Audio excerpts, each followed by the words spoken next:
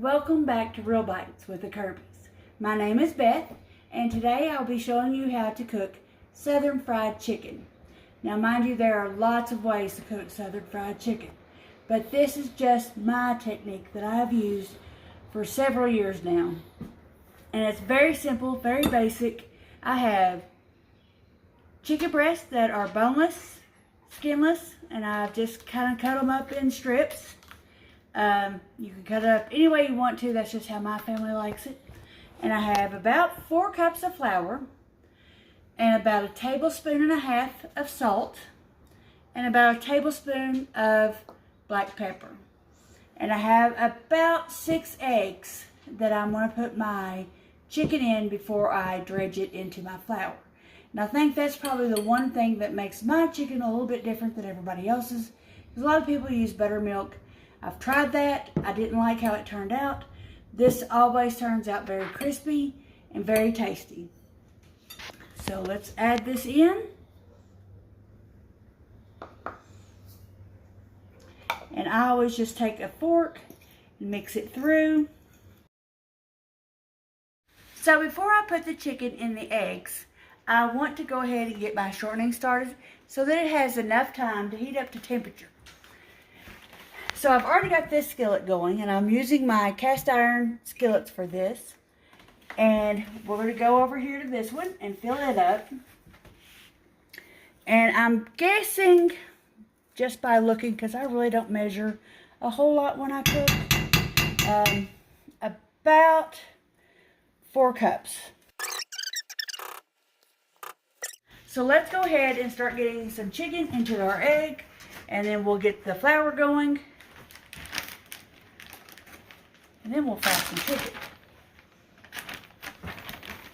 I like to try to keep one dry hand, one wet hand.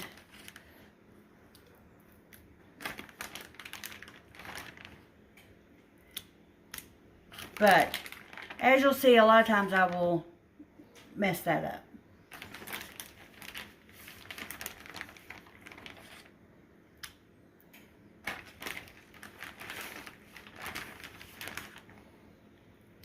And if you want, this would be a good time to add some flavor into your eggs. Some people will add hot sauce.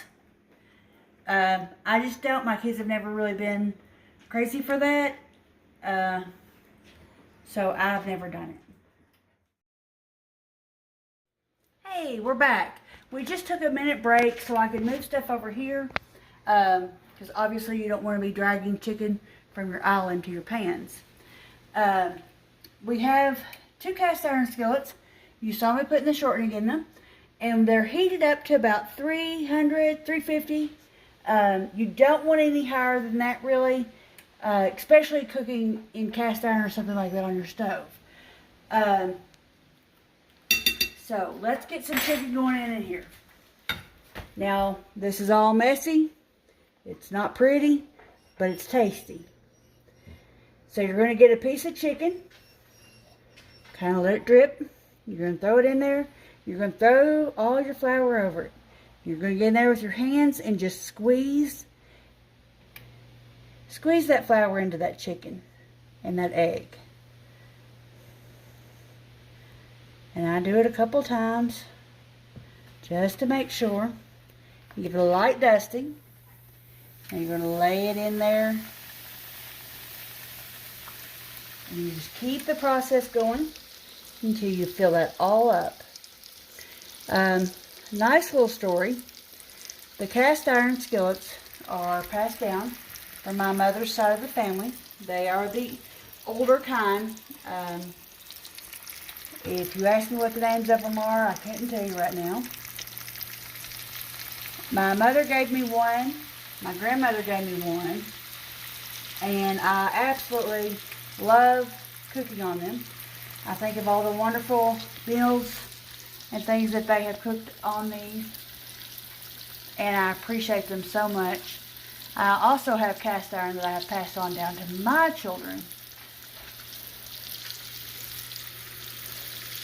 And maybe that's a Southern thing as well.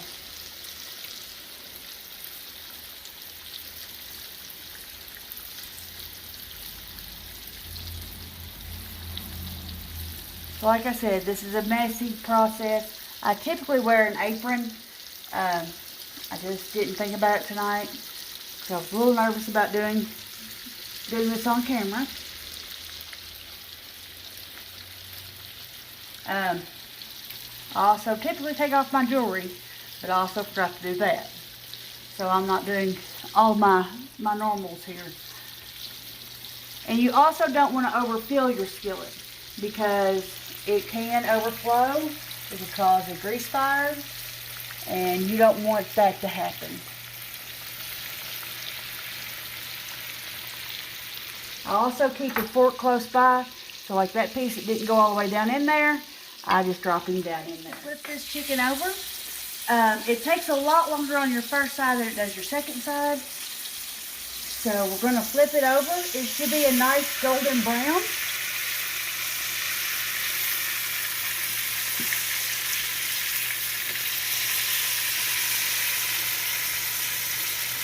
And I cannot wait to eat this later tonight. And it's looking beautiful, just how I want it to. With some nice big crispies on there.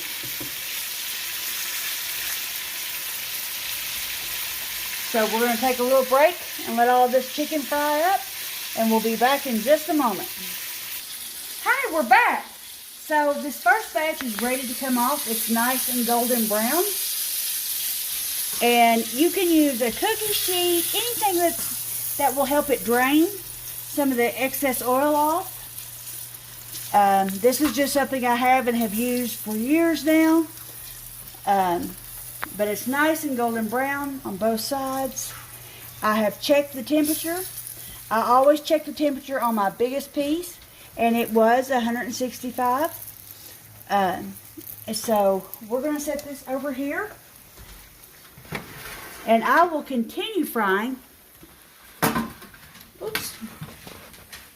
And get all this chicken fried, and then we'll come back and show you some pictures of what this looks like when it's all done. And we're back. So we have all the chicken fried, we have some mashed potatoes and green beans, and this is what our dinner is going to look like tonight. I cannot wait to get into it and try this beautiful fried chicken.